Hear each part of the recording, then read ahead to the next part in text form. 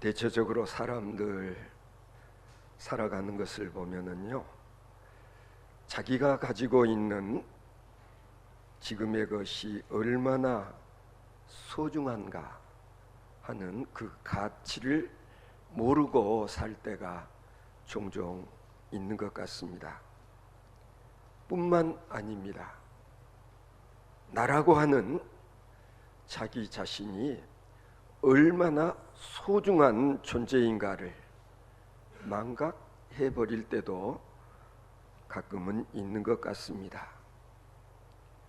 자기 스스로를 비하하고 항상 남의 것이나 다른 사람을 선망하는 그런 경우가 종종 있지 않습니까?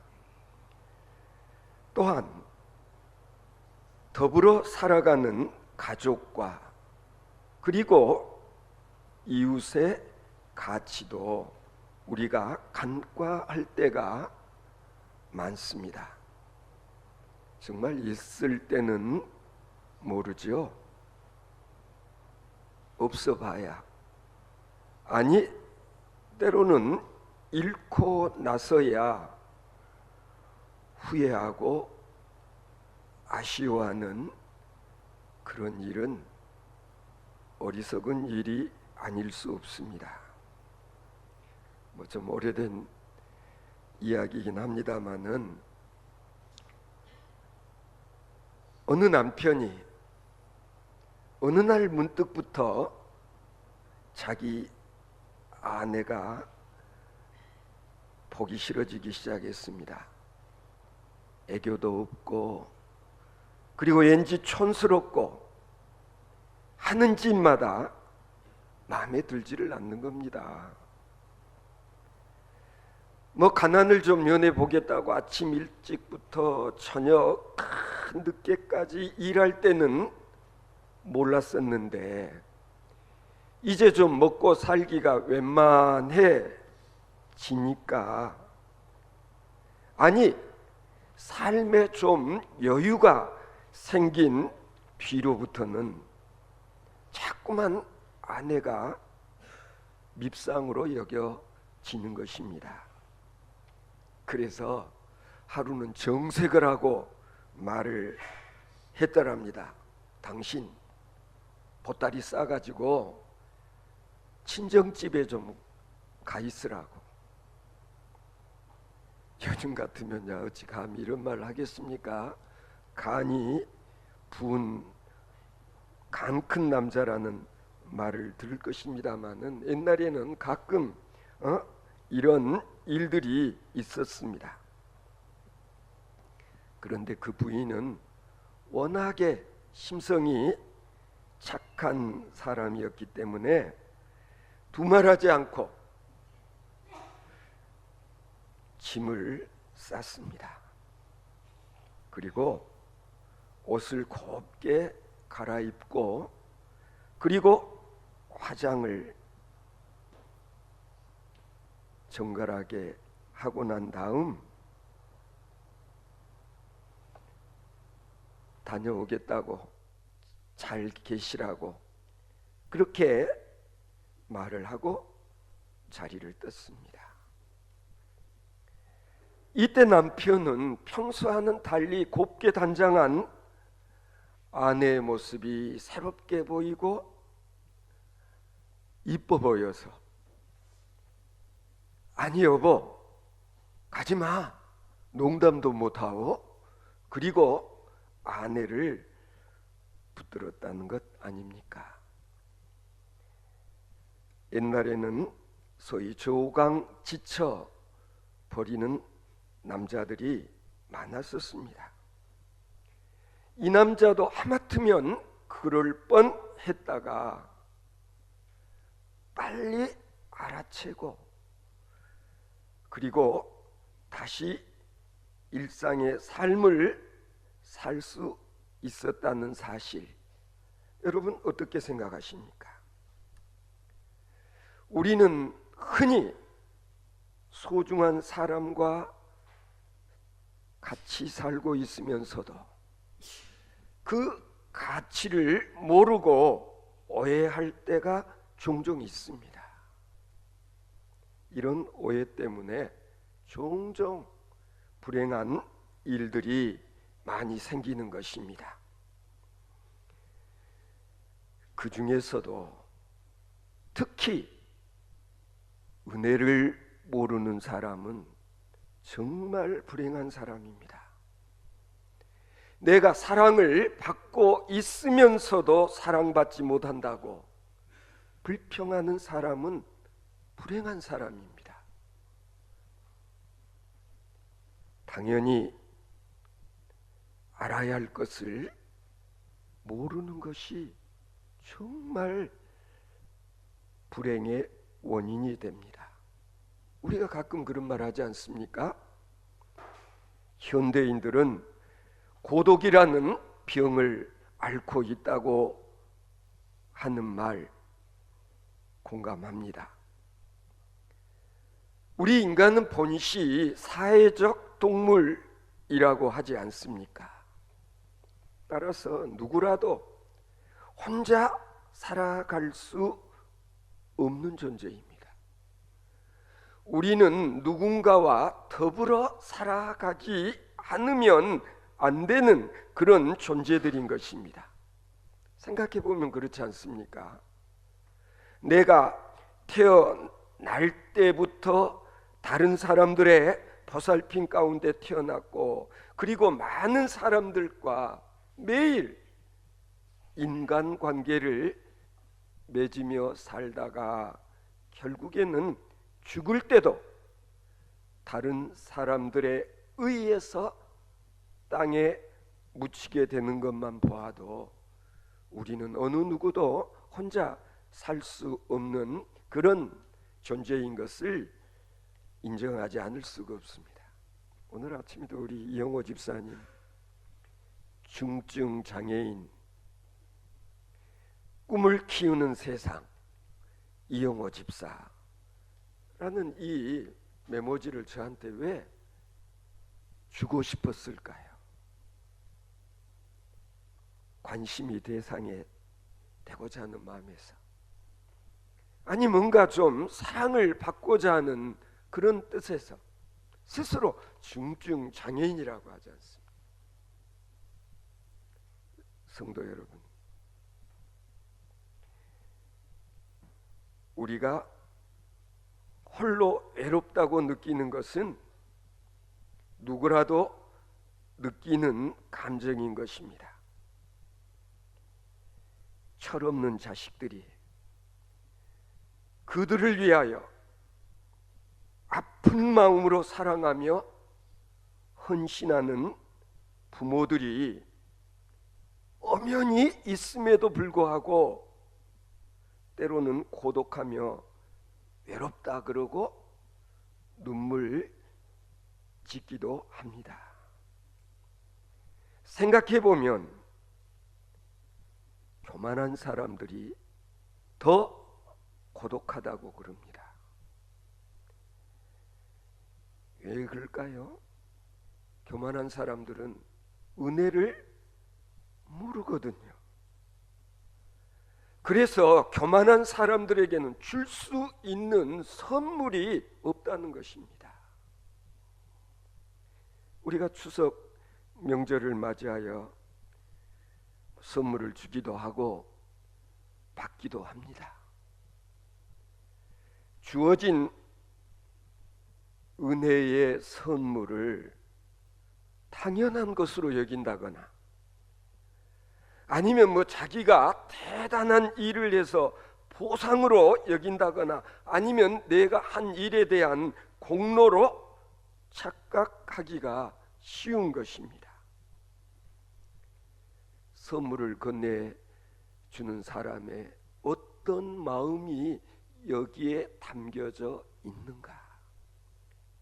이 선물에 담겨져 있는 그 상대방의 마음을 헤아리는 일이 중요한 거예요. 마음이 담겨져 있지 않은 선물은 그런 점에서 선물이 아닌 거예요. 때로는 선물을 받는 게 부담스러울 때가 있어요. 왜 부담스러울까요? 이번에 김정은 위원장 동생 김여정 이 남매를 보면서 보는 사람들마다 다 같은 말을 해요. 생각했던 것보다 훨씬 겸손하고 가정교육을 잘 받은 것 같다. 정동영 의원이 이제 우리 대통령도 다녀가시니까 한번 서울을 다녀가셔야 되지 않겠느냐고 그러니까 내가 지금까지 그만한 일을 했는가 싶다고. 그러니까 내가 서울에 가서 정말 환영받고 대접받을 만한 일을 했을까 싶다고. 이번에 참 감동을 느끼게 하는 그런 말들을 자주 했지 않아요.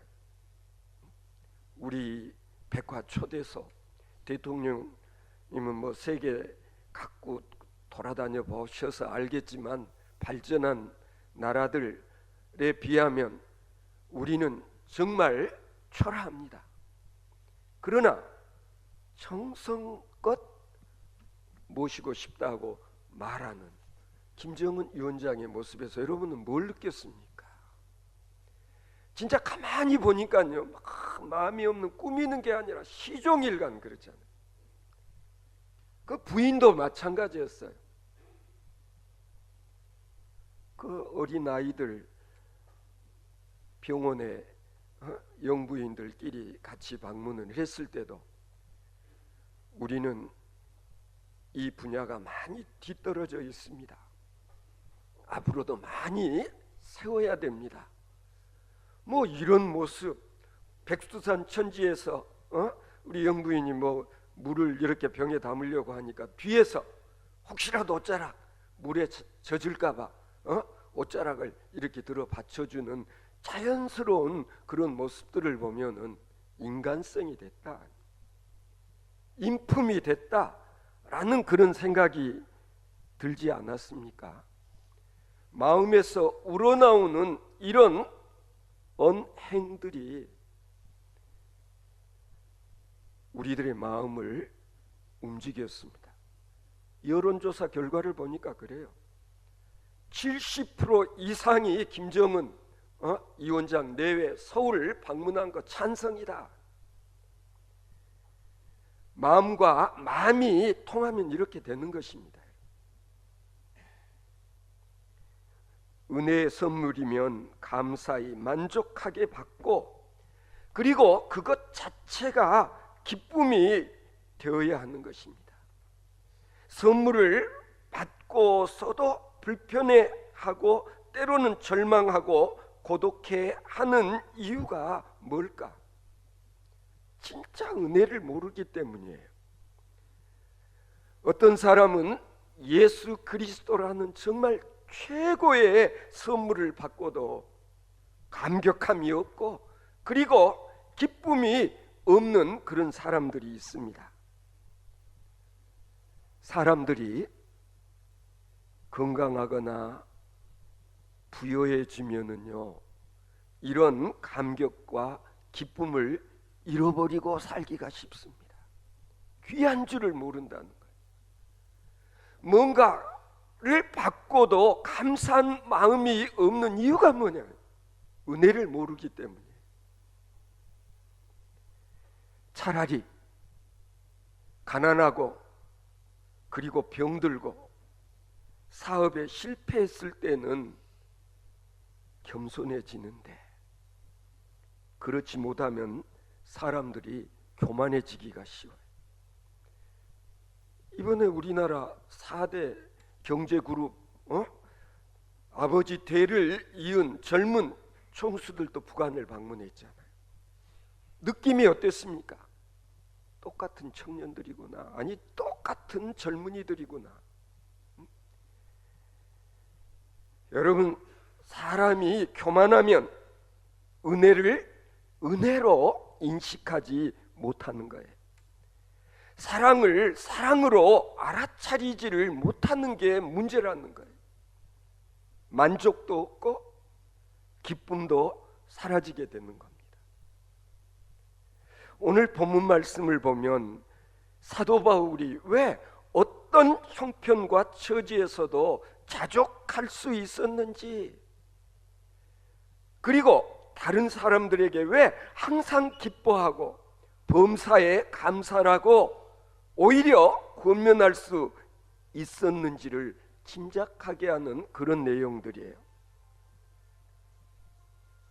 무엇보다도 사도 바울은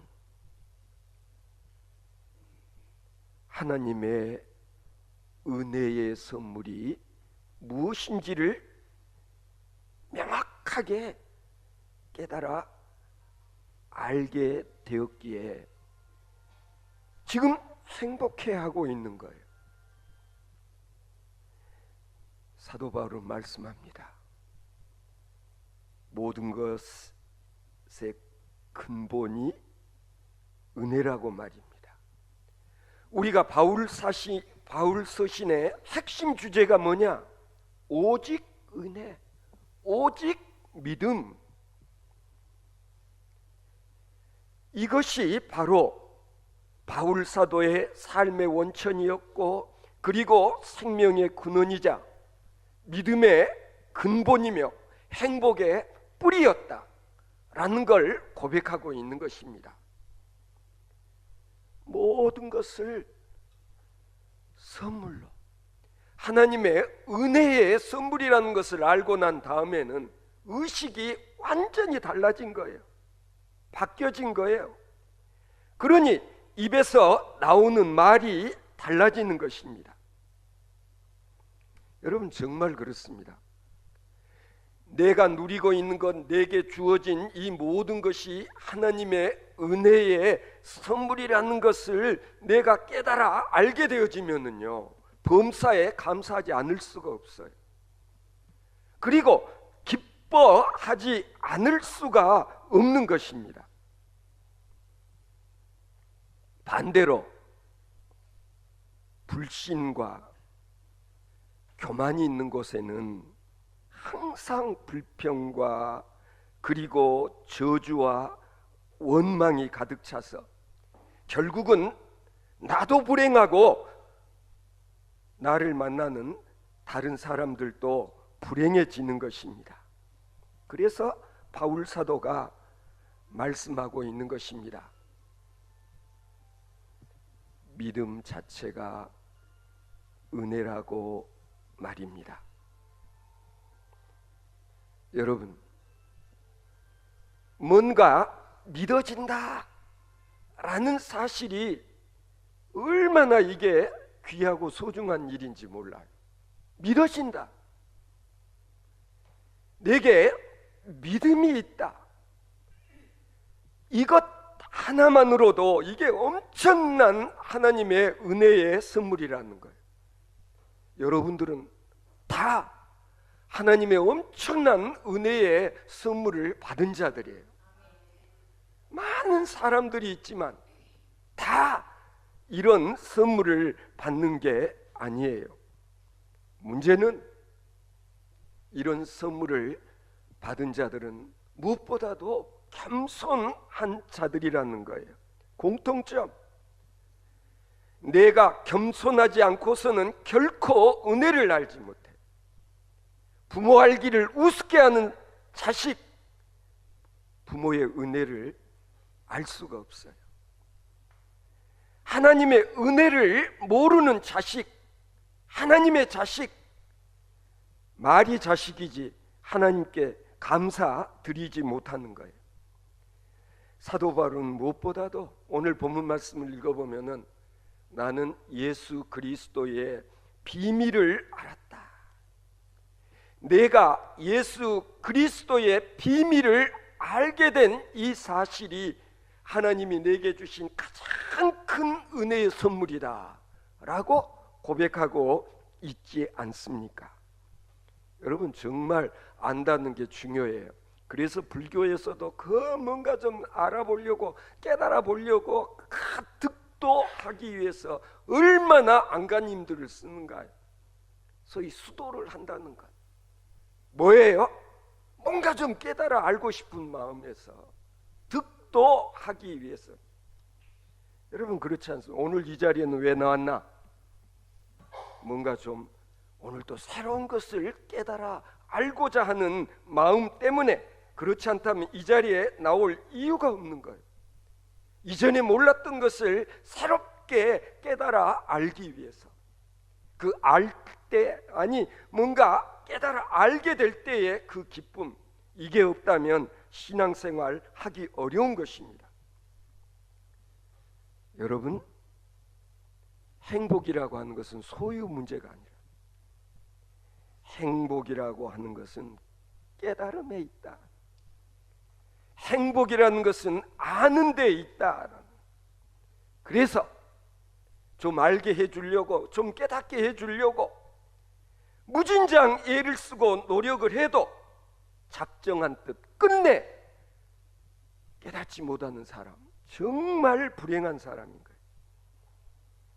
오늘 바울 사도는 내게 예수 그리스도의 비밀을 알게 해주신 이 은혜가 얼마나 큰 것인가 하는 것에 대해서 감사하고 있는 거예요. 진리라고 하는 것은요, 감추어진 자에게는 아무런 의미가 없는 거예요. 그러나 이 진리를 깨달아 아는 자에게는 이보다 더 귀한 게 없어. 이보다 더 귀한 보화가 없는 거예요. 그리스도의 비밀은 멸망받을 자들에게는 이것은 감추어진 것이다. 그렇게도 표현을 해요. 아니, 영원한 비밀이다. 죽을 때까지 깨닫지 못하고 죽기 때문에 결국은 지옥에 가는 거예요. 그러나 우리들은 어떻습니까? 이 귀한 것을 내게 눈뜨게 해주시고 귀를 열게 하시고 그리고 마음문을 열어주신 성령님의 그 감동, 감화, 그 역사하심 감사합니다 라고 우리는 고백하고 찬송하고 찬양하지 않을 수 없는 것. 계시의 영, 그리스도의 영을 보내주셔서 그리스도의 신비, 십자가 신비의 그 능력의 지혜를 나로 하여금, 우리들로 하여금 깨달아 알게 하셨다. 이게 얼마나 중요한 것인지, 이걸 안다는 게 얼마나 귀한 것인지. 안 그렇습니까? 예수께서는 나처럼 보잘것 없는 존재를 위해서, 아니 나로 하여금 하나님의 자녀가 될 수 있게 하시기 위해서 얼마나 값비싼 대가를, 아니 보혈을 흘리셨다는 사실을 알게 되면 마음속으로부터 우러나오는 감격의 그 눈물 흘리는 것 너무나 당연한 일인 것입니다. 안 그렇습니까? 우리 부모가 우리를 위해서 얼마나 희생, 헌신했는가를 깨달아 아는 자식이라면 안 그렇습니까? 때로는 눈물을 흘릴 때가 있어야죠. 못 먹고 못 입고 그리고 우리를 위해서 아낌없이 희생하셨다는 이 사실을 알면은 감사하지 않을 수가 없어요. 효도하지 않을 수가 없는 거예요. 안 그렇습니까? 하나님께서 죄인된 우리에게 이토록 엄청난 은혜의 선물을 주셨음을 알게 되면 기도를 하면 눈물이 저절로 나오게 되고, 그리고 이런 사실들에 대해서 들을 때마다 마음에 찔림이 있고, 그리고 하나님 앞에 무릎 꿇고 감사의 기도를 드리지 않을 수가 없는 거예요. 지금 사도 바울이 그렇다는 거예요. 내가 어떤 사람이었는가 여러분 아시잖아요. 내가 이전에 얼마나 못되게 굴었는가. 교회를 핍박하고 스데반 집사를 돌로 쳐 죽였던 나인데, 왜? 몰랐기 때문에. 그러나 내가 다메섹 도상에서 부활하신 예수 그리스도를 만난 뒤에 나는 완전히 깨졌다. 깨달아 알게 되었다. 예수가 누구이신지를 알게 되었다. 극악무도한 나 같은 죄인을 하나님께서, 주님께서 버리지 아니하시고 나에게 이 그리스도의 놀라운 비밀을 깨닫게 해주셨을 뿐만 아니라 알게 해주셨다라는 이 사실에 대해서 감사하고 있는 거예요. 이런 진리를 깨달아 알게 된 것에 대한 기쁨, 그 은혜의 선물에 대한 감사. 그래서 어떻다는 거예요? 이제는 이 선물 좀 나눠주고 싶다. 나만이 알고 나만이 깨닫고 나만 이것을 소유하기에는 너무나도 귀하고 이게 벅찬 것이기에 이제는 이걸 좀 나누어 주고 싶다. 그런 뜻이 오늘 본문 말씀 내용이에요. 들어보신 적이 있는 이야기인지 모르겠습니다. 어느 부부가요, 아이가 없어서 갓난애기 하나를 양녀로 삼고 키웠어요. 이 수양딸이 어느덧 대학생이 되어서 남부러울 것 없이 행복한 딸로 부모님 사랑 듬뿍 받고 생활을 했었는데 어느 날 비밀을 하나 알게 됐어요. 그게 뭐냐면 우리 부모님이 친부모가 아니라 내가 친딸이 아니에요. 내가 고아로, 내가 양녀로 지금까지 성장했다는 걸 알게 된 거예요. 우연히 이와 같은 사실을 알게 된 그날로부터 큰 충격을 받고 부모들에게 반항을 하고, 아니 자식도 아닌데 애지중지 날 키운 것은 이건 위선이야 라고 폭언을 쏟아내면서 결국은 가출을 해버렸습니다. 어머니는 너무 마음이 아파서 어떻게 하면 자기들의 사랑을 집 나간 딸에게 바로 전할 수 있을까 고심했습니다. 그리고 백방으로 수소문을 해서 자기 딸이 있는 자취방을 알게 되었어요.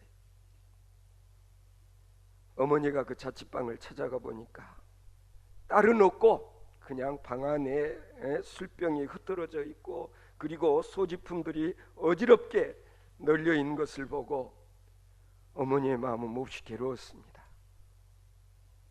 어머니는 방을 깨끗이 청소한 다음에 냉장고에 먹을 것을 사다가 가득 채워 놓고 그리고 편지 한 장을 써놓고 돌아왔습니다. 편지 내용은 이랬습니다.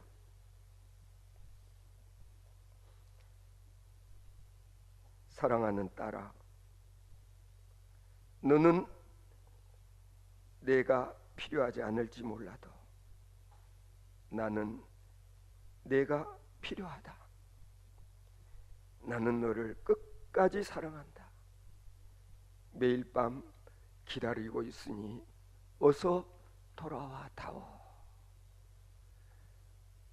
딸은 밖에 있다가 집에 들어와서 방 안 정리된 방을 보고 대번에 알았어요. 어머니가 다녀가셨구나. 친딸도 아닌 나를 위한답시고 애써 독한 마음으로 어머니를 증오하려고 했는데 냉장고에 붙어있는 어머니의 이와 같은 글을 읽고 어머니 사랑에 감동이 되었습니다. 그리고 생각해 보니 자기가 낳지도 않는 자식을 이렇게까지 사랑하는 그 사랑은 이건 보통 부모의 자식 사랑하는 그 사랑보다 훨씬 큰 사랑이다 라는 것을 깨달아 알게 되었습니다.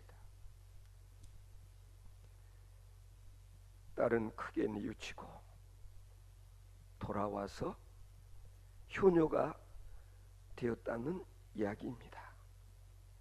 여러분 어떻습니까?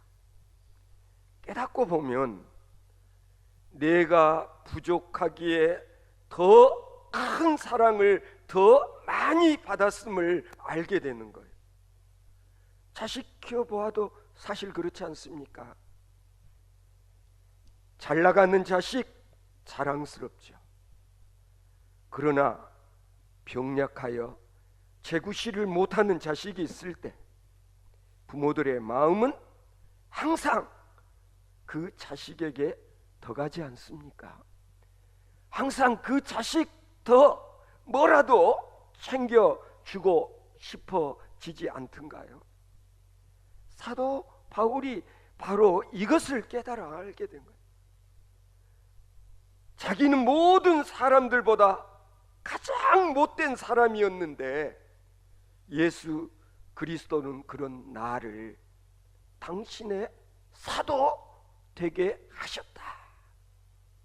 여러분, 내가 잘나고 잘하고 착하고 선한 일만 했기 때문에 나를 주께서 제자 삼으셨다면 당연해야죠. 전혀 죄인 중에 개수에 지나지 않는 나를 주님은 사도 삼으셨다. 이걸 깨달아 알고 나니까 완전히 이게 달라지는 거예요. 사도 바울은 하나님께서 자신을 주의 종이 되게 하셔서 사도로서 주님의 일꾼이 되게 하신 이 일이야말로 하나님이 내게 주신 가장 큰 선물이다, 은혜의 선물이다 라는 것을 알게 되었다는 것 아닙니까?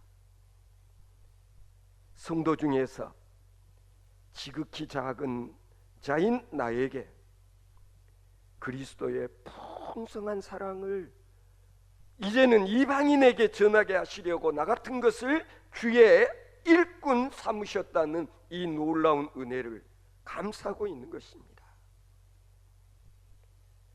사랑하는 우리 드림교회 성도 여러분, 추석 명절을 통하여서 우리는 하나님께서 우리에게 주신 은혜의 선물이 무엇인가를 다시 한번 깨달아 아는 그런 기회로 삼으시기 바랍니다. 더불어 살아갈 수 있는 가족을 은혜의 선물로 주신 하나님 아버지께 감사드릴 수 있는 성도 여러분들 되어지실 수 있기를 바랍니다.